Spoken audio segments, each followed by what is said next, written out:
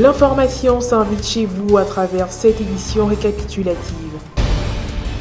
C'est avec beaucoup d'émotion et de solennité que le Père Augustin Ngoran Sokadjo a célébré l'Eucharistie du dimanche 14 février en l'église Sainte-Famille de la Riviera 2.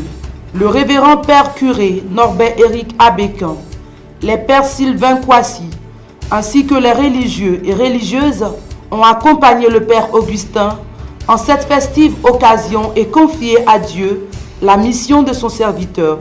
Abhorrant désormais l'étole et la chasuble, il a présidé cette célébration eucharistique, celle d'une nouvelle mission, tout aussi prometteuse que celle du diaconat.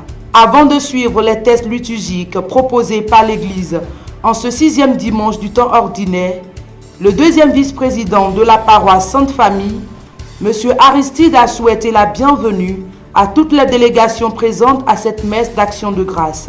Saint-Antoine de Padoue de Crégbé, Don Orient d'Agnoman, Saint-Bernard de Bonnois, Saint-Jean-Bosco d'Atiéquois, Saint-Marc d'Abobo, la paroisse d'exercice du Père Augustin.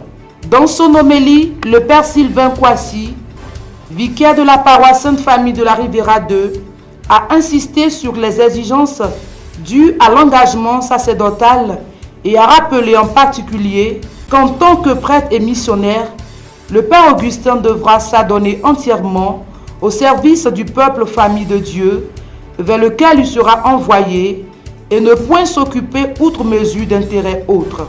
Par le sacrement de l'ordre, tu as été configuré au Christ. Ça dit que tu as la figure du Christ. Pour imiter Jésus-Christ, comme dit Saint Paul dans la deuxième lecture, imitez-moi comme moi j'imite le Christ. Et bien que faisait le Christ? Il allait vers tout le monde. Il ne choisissait pas les gens. Il allait vers tout le monde et surtout, il allait vers ceux qui étaient dans une situation de précarité extrême. Il allait vers ces personnes-là. Tu as été choisi comme prêtre. Tu as reçu le sacrement de l'ordre. Et par ce sacrement de l'ordre, tu deviens ministre, c'est-à-dire serviteur de Dieu et serviteur de tes frères et sœurs. Tu es donc avant et d'abord, tu es un chrétien. N'oublie jamais cela. Avant d'être prêtre, nous sommes d'abord, mes chers confrères, nous sommes d'abord des baptisés. Même si on nous appelle mon père, nous sommes d'abord et avant tout des baptisés, des chrétiens comme nos frères et sœurs là ici présents. C'est la fraternité d'abord. La paternité vient après. Parce que dans la personne du prêtre, il y a ces deux réalités, la fraternité et la paternité. Et le travail que nous avons à faire, c'est de trouver la juste articulation entre notre fraternité et notre paternité. Comment être frère et père de nos frères et sœurs chrétiens. Et c'est très important. Être là pour eux. Avec eux, sans distinction aucune, pour les aider, pour les éclairer, pour les guider. C'est ça, être à la fois frère et père.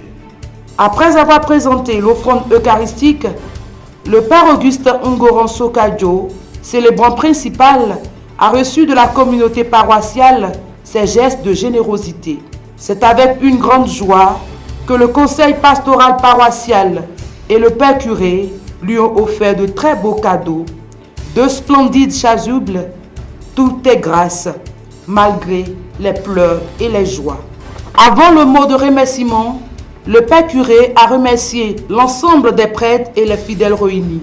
Il a aussi rappelé à l'Assemblée et aux prêtres les nouvelles consignes de l'archidiocèse concernant les célébrations eucharistiques face à la crise sanitaire liée au coronavirus. Prêtre que je suis de défendre la cause des enfants de Dieu. Aujourd'hui, le peuple de Dieu souffre.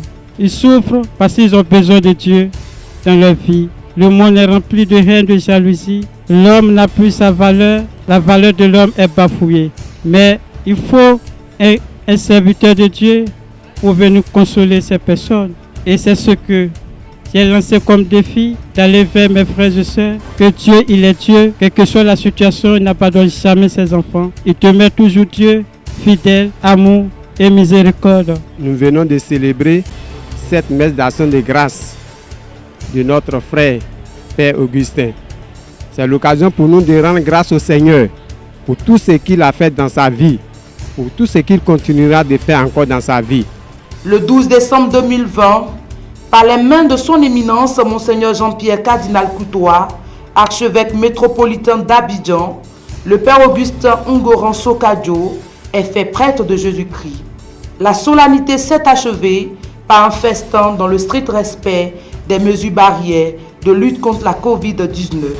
Fécond apostolat et fructueux ministère, chers pères, et bonne continuation sur la voie de la mission. Être des canaux d'inspiration et source de bénédiction pour les autres. Tel est le leitmotiv de ces braves femmes catholiques. Du vendredi 12 au samedi 13 février 2021, les femmes catholiques réunies au sein du ministère catholique d'évangélisation des femmes, MICEF, de la communauté Mère du Divin Amour, ont tenu le 7e séminaire au Centre Jérusalem à Angers, 7e tranche, pour prier, échanger avec les femmes présentes, mais également parler de leur expérience à entreprendre. C'est sur le thème principal, avec le Christ, oser entreprendre en période de crise, que ces femmes venues nombreuses ont été édifiées par les différents interlocuteurs. Monsieur Jean-François Yoman a quant à lui mis l'accent sur le suivi d'un coaching dans l'entrepreneuriat. En tant que coach chrétien, je vous dirais que la meilleure vision pour une entreprise, c'est celle que Dieu vous donne. Partageant leur expérience, les panélistes, Mesdames Yao Patricia et Mouno Emmanuela, ont été de véritables sources d'inspiration pour toutes ces femmes qui cherchent à entreprendre et à réaliser leurs rêves. Cette belle initiative, Femmes audacieuses, qui permet d'encourager et de former les femmes catholiques à l'entrepreneuriat et à la création de richesses depuis 2016, est à son 7e séminaire. La première chose que nous proposons aux participants, c'est de prendre Dieu dans leur barque, de prendre Dieu avec eux dans leur entreprise, de prendre Dieu avec eux dans leurs affaires. Ceux qui travaillent dans le milieu entrepreneurial ou dans le milieu des affaires ou même dans le milieu de la prière savent que lorsqu'il y a une pression, à ce moment-là, nous sommes plus réceptifs. Notre être tout entier est tendu vers Dieu. Alors Dieu peut nous parler et nous pouvons avoir les oreilles pour entendre. À ce moment-là, nous observons comme nous devons observer. Nous voyons ce que nous ne voyons pas habituellement. À ce moment-là, nous sommes prêts à entreprendre parce que le génie de l'homme ressort lorsqu'il est sous pression. La base du groupement des sapeurs-pompiers militaires d'Adjamé a abrité la cérémonie d'installation de la fraternité militaire catholique Saint-Antoine de Padoue.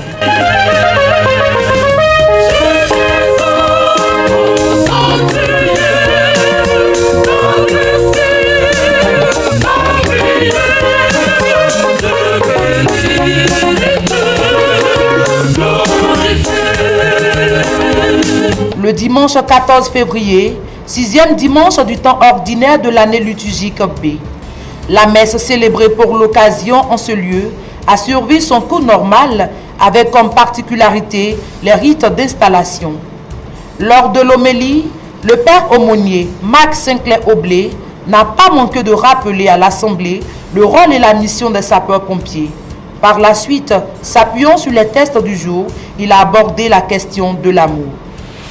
En ce 6e dimanche du temps ordinaire de l'année B, l'Église célèbre Saint Cyril les méthodes et où la société tout entière nous invite à renouer et à vivre l'amour dans sa plénitude. C'est ce jour qu'a choisi la cellule de prière catholique du groupement des sapeurs-pompiers militaires pour son installation comme fraternité et sa reconnaissance officielle. Comme unité militaire, le groupement des sapeurs-pompiers est officiellement créé le 1er juillet 1974 par le décret numéro 114-220-202 du 30 mai 1974 et a pour mission d'assurer la protection des personnes et des biens sur toute l'étendue du territoire national. 24 heures sur 24 heures, vous intervenez. Jour pair comme jour impair. Vous êtes toujours en mission. Vous êtes toujours en action. Quelle bravoure, Quelle preuve d'amour pour les gens humains. Quelle preuve d'amour pour vos frères et sœurs. C'est ce que Jésus a fait pour les lépreux que nous venons d'écouter dans l'Évangile. Enlever en lui ce qui fait sa honte, le purifier, le remettre dans la société juive. Voilà, tant d'amour, tant de preuves que Jésus montre à l'endroit du lépreux. Soulignons que le père aumônier est également le curé de la paroisse Sainte-Geneviève de la Carzaine de gendarmerie d'Agbo. Après la prière de communion, l'installation de la cellule de prière catholique du groupement des sapeurs-pompiers militaires d'Abidjan. Elle s'est faite en 2 étapes. La première a été l'installation de la fraternité Saint-Antoine de Padoue des sapeurs-pompiers d'Abidjan. L'appel des membres. Le pas de l'autel, qui est le symbole de l'appartenance au corps du Christ. Les rites d'engagement, la bénédiction et l'envoi en mission des membres de la dite fraternité. La deuxième étape a été l'installation officielle du président de la fraternité, le sous-officier de l'administration, l'adjudant-chef Akrobou Bedjo Antoine, officier d'ordinaire au sapeur-pompier militaire de Côte d'Ivoire. L'aumônier lui a adressé des mots d'encouragement avant de lui remettre des symboles pour la mission. Un crucifix pour tenir bon face aux difficultés et une bougie qui représente la lumière du Christ et la prière constante. Le président de la fraternité, après son installation, a présenté son bureau. À la fin de la célébration eucharistique, une photo de famille a été prise et nous avons recueilli des propos. Et quand j'ai fait mon pèlerinage à Lourdes, je suis arrivé, j'ai ressenti le besoin de pouvoir créer une fraternité. C'était difficile. On était 5. C'était difficile. Mais vous voyez ce que Dieu fait. J'ai eu des larmes aux yeux quand il me suis tourné et puis j'ai vu que tous les militaires du GSPM sont venus. Sinon, d'habitude, ils n'ont pas le temps. Donc, vraiment, une joie immense pour moi. Nous sommes aujourd'hui rassemblés en ce jour du Seigneur pour la messe d'action de grâce et d'installation de la fraternité militaire Saint-Antoine de Padoue, de la caserne du groupement sapeurs-pompiers militaires d'Agamé Indénié. Il faut dire que le monument militaire, c'est la présence de Dieu au milieu des militaires et des paramilitaires. C'est l'accompagnement spirituel que nos pères aumôniers nous apportent pour que nous puissions grandir en sagesse et en intelligence. Je suis très heureuse parce que aujourd'hui, la parole de Dieu est partagée dans tous les domaines d'activité. Et venir vraiment dans une caserne et proclamer la parole de Dieu, ce n'est pas donné à tout le monde. Donc aujourd'hui, c'est un sentiment de joie qui m'anime et que Dieu bénisse vraiment cette fraternité naissante et que la main de Dieu soit toujours posée sur eux. À l'issue des premières investigations, 7 cas, dont 3 décès, ont été enregistrés. Le gouvernement de Côte d'Ivoire, face à la menace sanitaire pour notre pays, à cause du risque de propagation transfrontalière de l'épidémie de maladies à virus Ebola, voudrait rassurer la population qu'aucun cas d'Ebola n'a été déclaré en Côte d'Ivoire. Le gouvernement voudrait aussi rappeler que le Conseil national de sécurité, lors de sa dernière session, a déclaré l'état d'urgence sanitaire. Le dispositif actuel de lutte contre la Covid-19 demeure et restera opérationnel pour la lutte contre la maladie à virus Ebola, sous la coordination du comité technique de veille. Pour réduire ce risque de propagation transfrontalière de la maladie à virus Ebola, le ministère de la Santé et de l'Hygiène publique a arrêté les mesures suivantes. Premièrement, la réactivation du centre des opérations d'urgence en santé publique en mode lutte contre Ebola avec la désignation d'un gestionnaire d'incident. Deuxièmement, l'actualisation du plan national de préparation et de réponse à la maladie à virus Ebola avec la mise en fonction du centre de traitement Ebola de Mans. Troisièmement, la mise en mission des directions régionales de la santé, surtout dans les zones frontalières de Mans, de Guiglo, d'Odiéné, de San Pedro. Ceci pour renforcer la surveillance à base communautaire pour la détection rapide des cas suspects de maladies à virus Ebola et également pour réactiver les comités de vigilance sanitaire des villages des localités frontalières et également de renforcer la surveillance des fièvres hémorragiques dans les établissements sanitaires. Nous étions pour vous à la paroisse Saint-Jean de Cocody dans l'archidiocèse d'Abidjan, où le révérend père Hippolyte Anigori, curé de la paroisse, entouré de ses confrères, a présidé la messe. Dans son homélie, le célébrant est revenu sur le sens de ce temps de carême. Le temps de carême qui commence aujourd'hui et qui dure 40 jours est un arrêt important pour les hommes, car il rappelle deux faits non négligeables. D'abord, le premier fait, la bonté de Dieu qui déploie sa miséricorde pour tous les hommes. Et le second fait, la liberté de l'homme appelé à rejoindre cette miséricorde. L'homme qui est poussière, fragilité, est appelé à la vie par l'Évangile. Toutes ces réflexions nous donnent de comprendre la pensée du prophète Joël dans la première lecture de notre messe. Joël nous demande de déchirer nos cœurs. C'est dit simplement que dans notre liberté, Joël nous pousse à reconsidérer la créature que nous sommes dans la main du potier Dieu. Déchirer le cœur, c'est accepter de se convertir et de revenir à Dieu dans une considération permanente de sa divinité et dans le respect du prochain. L'homme ne peut se sauver par ses propres forces. Sûr du pardon de Dieu, le prophète invite le peuple à se préparer. Le psaume 50 rappelle bien cet appel au repentir de l'homme. Le psaume 50, communément appelé le Miserere, voudrait que nous puissions au moins reconnaître que nous n'avons pas toujours été des hommes et des femmes sans péché. C'est ce qui fonde l'appel de Saint Paul dans la deuxième lecture. Laissez-vous réconcilier avec Dieu. On ne peut pas croire en Dieu sans le prier, sans lui demander pardon, sans l'adorer, sans lui faire signe que nous sommes là. Les trois pratiques du discours de Jésus à ses disciples sur la montagne, à savoir l'aumône, la prière et le jeûne, sont bien des leçons de foi, des leçons de vie chrétienne. Prenons d'abord l'aumône. Elle nous rend moins égoïstes et nous donne de partager.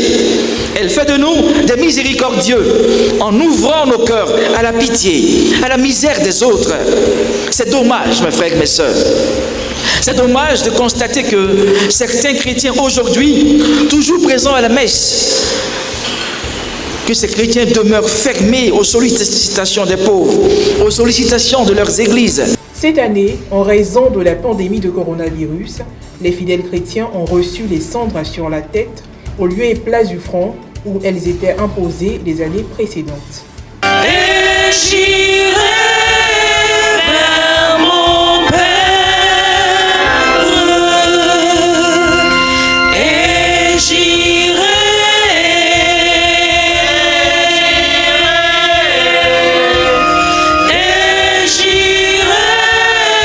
vers mon Père.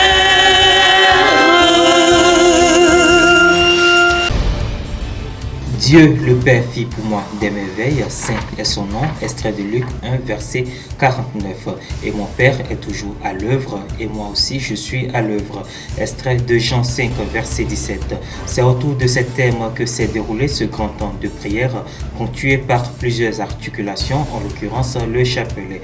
Je vous salue Marie, pleine de grâce, le Seigneur est avec vous. Vous êtes bénie entre toutes les femmes, et Jésus, le fruit de vos entrailles, est béni. Sainte Marie, Mère de Dieu, priez pour nous pauvres pécheurs, maintenant et à l'heure de notre mort. La louange.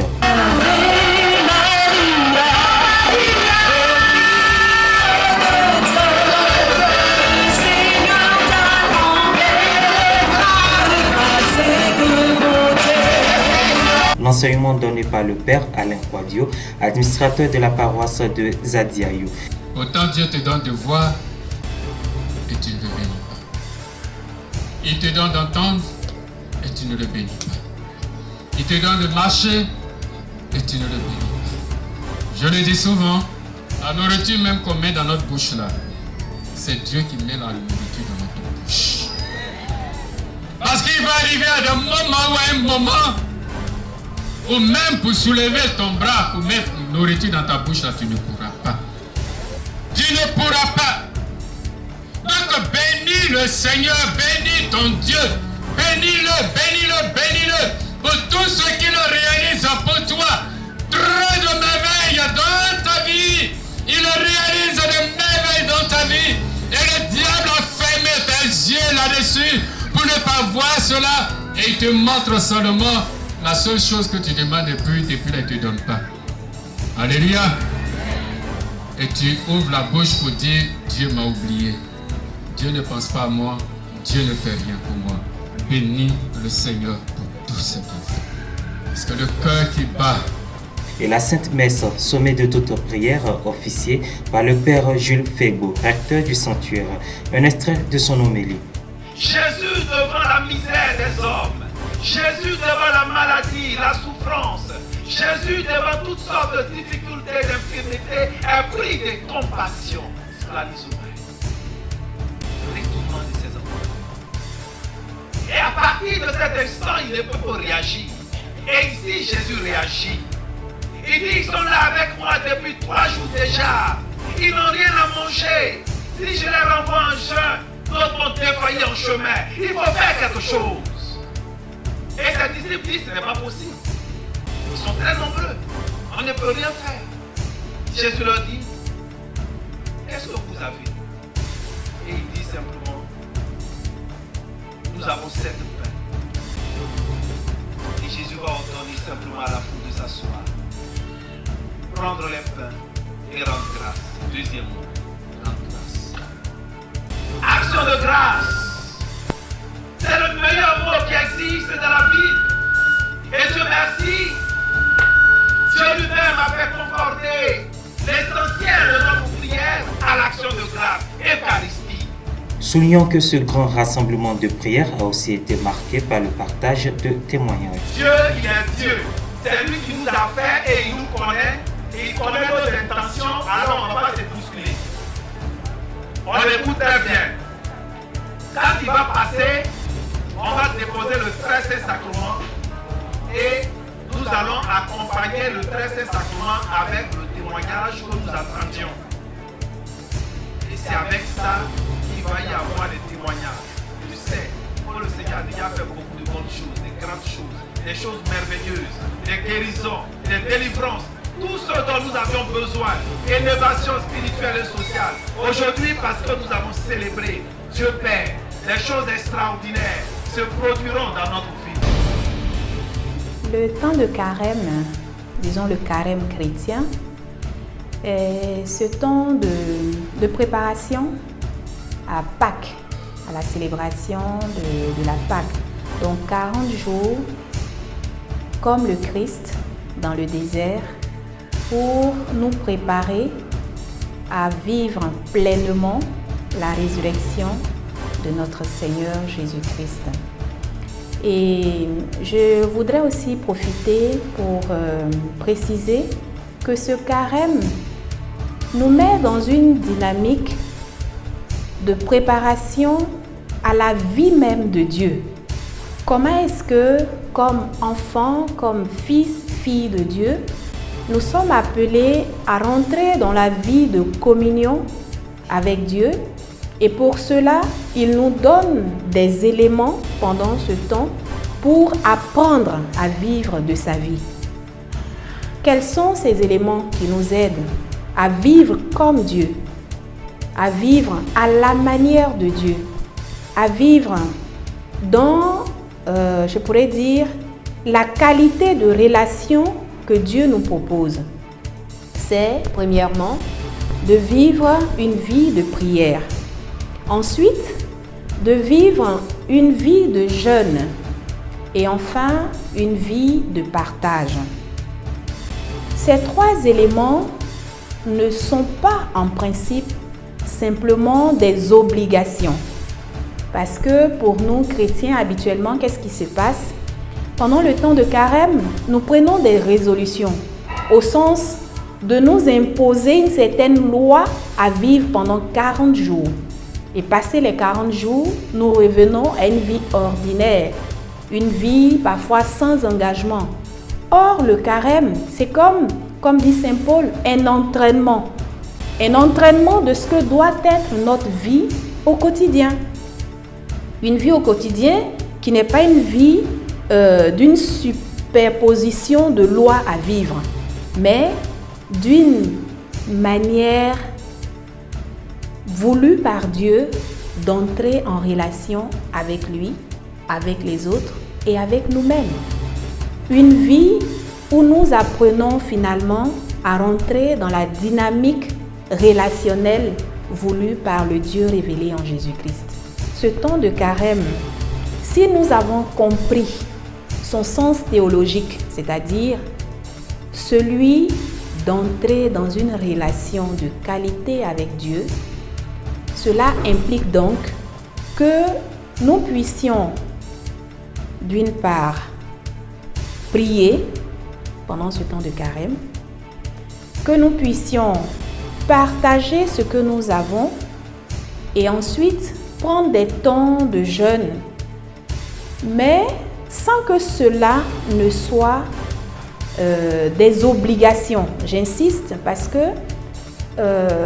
pour moi, un conseil fondamental pour nos chrétiens catholiques pendant ce temps de carême, c'est de pouvoir le vivre comme une grâce qui est donnée, une grâce qui nous est offerte pour que nous apprenions à vivre comme Dieu veut. Mais pas comme des lois, parce que des lois, nous pouvons les suivre pendant un moment. Mais passé ce moment, nous reprenons la routine quotidienne. Or, ce que Dieu veut de nous, c'est que nous vivions comme ses enfants, que nous vivions à son image, que nous vivions comme des enfants pleins d'amour, donc qui savent partager l'amour autour d'eux.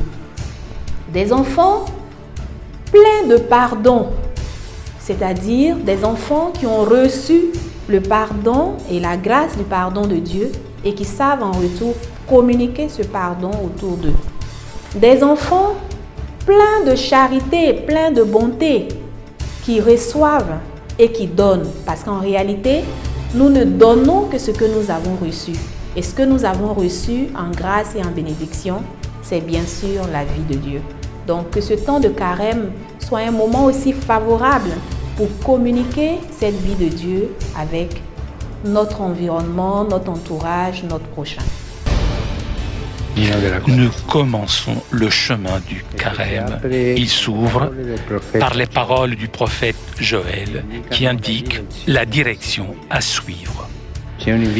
C'est une invitation qui naît du corps de Dieu, qui, avec les bras grands ouverts et les yeux pleins de nostalgie, nous supplie « Revenez à moi de tout votre cœur ». Le carême est un voyage de retour à Dieu. Que de fois, affairés ou indifférents, nous lui avons dit « Seigneur, je viendrai vers toi après. Aujourd'hui, je ne peux pas, mais demain, je commencerai à prier et à faire quelque chose pour les autres. » Et comme ça, tous les jours, pareil. Maintenant, Dieu fait appel à notre cœur. Dans la vie, nous aurons toujours des choses à faire et des excuses à présenter. Mes frères et sœurs, maintenant, c'est le temps de revenir à Dieu. Revenez à moi, dit-il, de tout votre cœur. Le carême est un voyage qui implique toute notre vie, tout notre être. C'est le temps pour vérifier les chemins que nous sommes en train de parcourir pour retrouver la voie. C'est la première femme et la première africaine à la tête de l'OMC. Ngozi Okonjo-Iweala a été nommée lundi 15 février directrice générale de l'Organisation mondiale du commerce. C'est l'une des femmes les plus puissantes du Nigeria. Elle prendra ses fonctions le 1er mars. 2 fois ministre des Finances du Nigeria, la future dirigeante de l'institution a effectué l'essentiel de sa carrière à la Banque mondiale. Ça a été un chemin long et difficile, plein d'incertitudes, mais c'est maintenant l'aube d'un jour nouveau que le vrai travail peut commencer à déclaré Ngozi Okonjo-Iweala. Aujourd'hui, les membres de l'OMC font l'histoire. Pour la première fois dans l'histoire du GATT et de l'OMC, vous choisissez une femme et une africaine comme directrice générale. C'est révolutionnaire.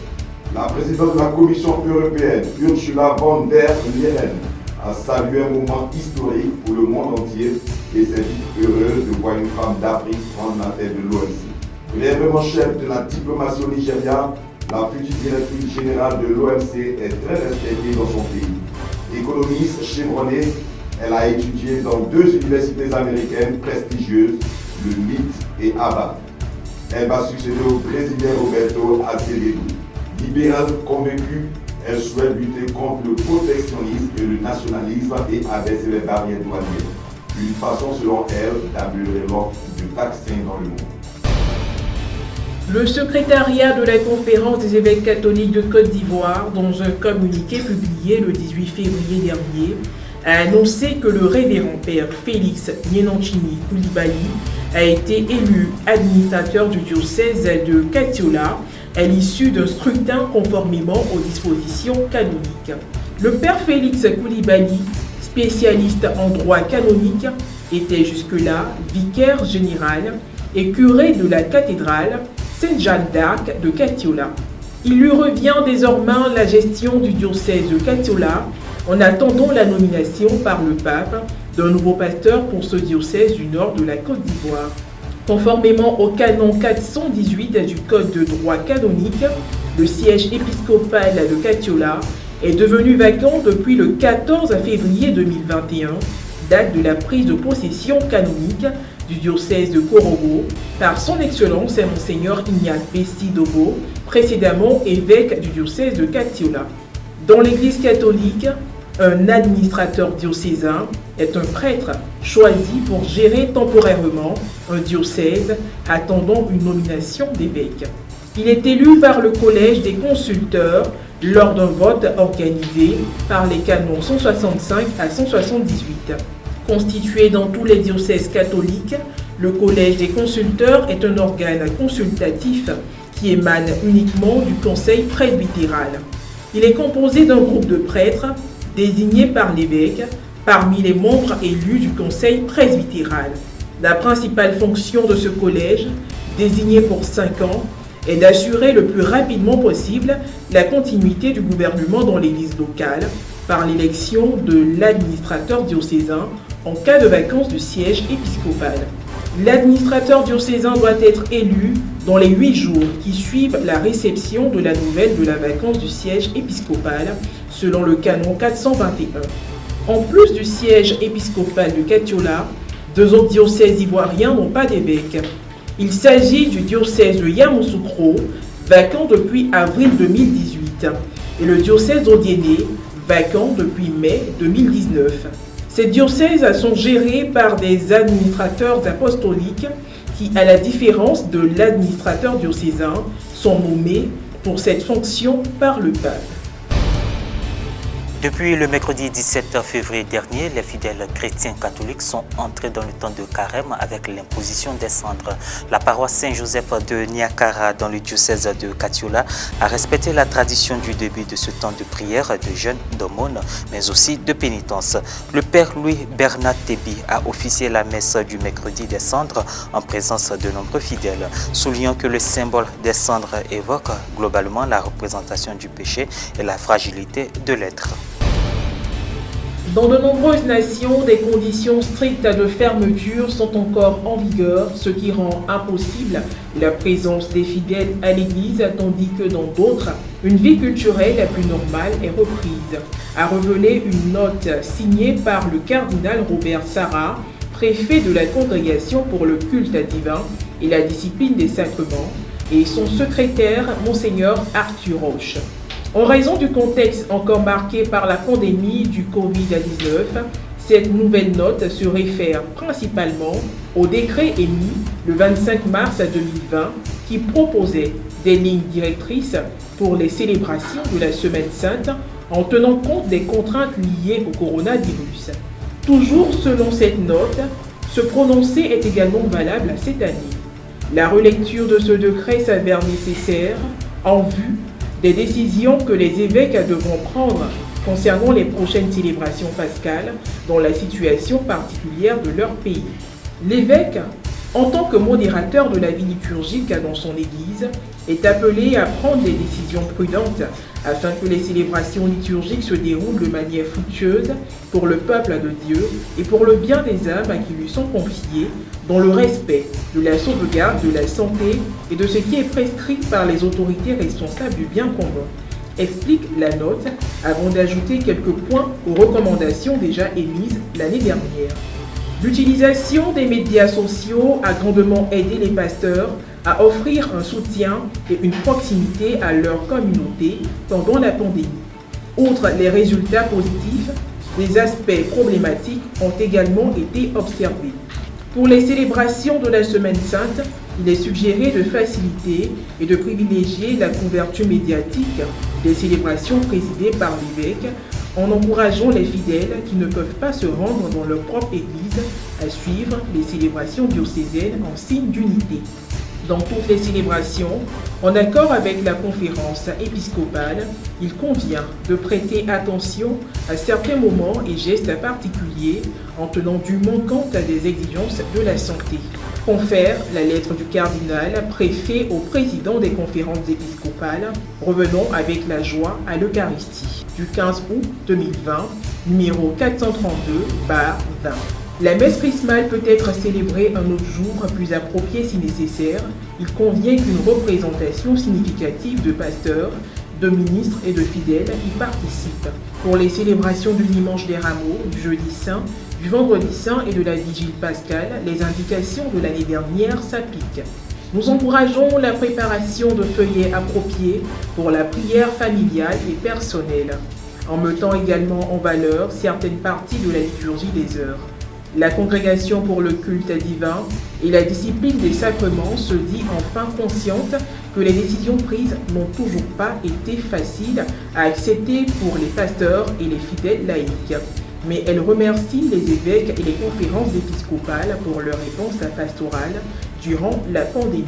L'enjeu est de célébrer les saints mystères de la manière la plus efficace possible pour les communautés, sans négliger le bien commun et la santé publique. Touchdown. Ça y est, après 7 mois de voyage, le rover Persévérance a atterri sur le sol martien. C'est une réussite éclatante pour la NASA et c'est le début d'une mission qui devrait durer plusieurs années. Atterrissage confirmé. C'est exclamé Swati Mohan en charge du contrôle des opérations. Dans la salle de contrôle du jet propulsion Laboratory JPL à Pasadena en Californie, les équipes présentes ont explosé de joie au moment de la confirmation. Le cratère de Jezero, dont les scientifiques pensent qu'il contenait un lac il y a 3,5 milliards d'années, était le site d'atterrissage le plus périlleux jamais tenté par la NASA. Persévérance sera chargé d'y collecter des preuves de vie ancienne sur Mars. Après être entré à 20 000 km/h, les frictions avec l'air ont fait monter la température du vaisseau jusqu'à 1300 degrés Celsius.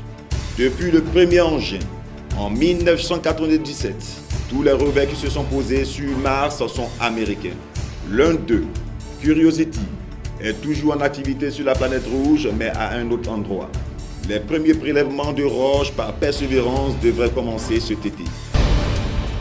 Cette édition d'information se referme. Merci pour vos suffrages renouvelés et excellente suite de nos programmes.